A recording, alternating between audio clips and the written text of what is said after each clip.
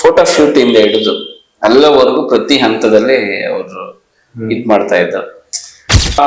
Different ಅಂದ್ರೆ content ಸ್ವಲ್ಪ different ಆಗೇ ಇರೋದು. ಅಂದ್ರೆ ಈ ಸಿನಿಮಾ ಏನು ಅಂತಂದ್ರೆ ಇವಾಗ ರಾಬರ್ಟ್ ಮಾಡಿದಾಗ ನಾನು ಜಾಸ್ತಿ ಕಂಟೆಂಟ್ ಇಲ್ಲ, ಯಾಕಂದ್ರೆ ಫಸ್ಟ್ ಸಿನಿಮಾ ರಾಬರ್ಟ್ ಬಾಸ್ ಜೊತೆ ಏನು ಇರ್ತದೆ.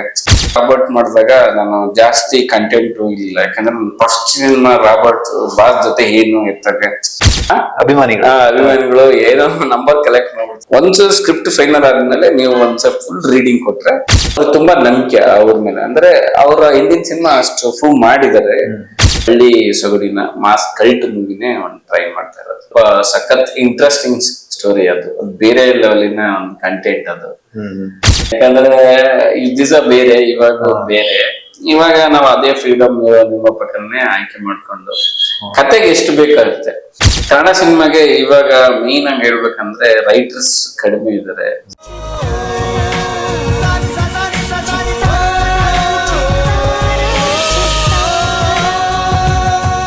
ಕನ್ನಡಿಗರ ಮನೆ ಮಾತಾಗಿರುವ ಸಿನಿ ಪತ್ರಿಕೆ ಚಿತ್ತಾರ, ಕರ್ನಾಟಕದ number 1 readers choice entertainment magazine.